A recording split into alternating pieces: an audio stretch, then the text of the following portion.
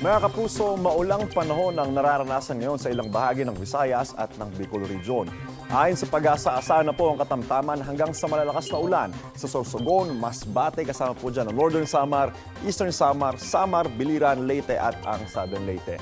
Pinaalerto po mga residente sa banta ng baha o kaya naman landslide. Ang mga samang panahon ngayon sa mga nasabing lugar ay epekto ng shearline o pagsasalubong ng malamig na amihan at ng mainit na isulis. Pinaiiwas namang pumalaot po, mga kapuso, ang maliliit na sasakyang pandagat sa mga baybayin po ng Catanduanes, ng Albay, ng Sorsogon, kasama po dyan ang Northern at ang Eastern Samar. Posible kasi umabot sa mahigit 4 na metro ang taas ng mga alon doon dahil po yan sa amihan. Paalala po mga kapuso, stay safe and stay updated. Ako po si Anjo Pertera.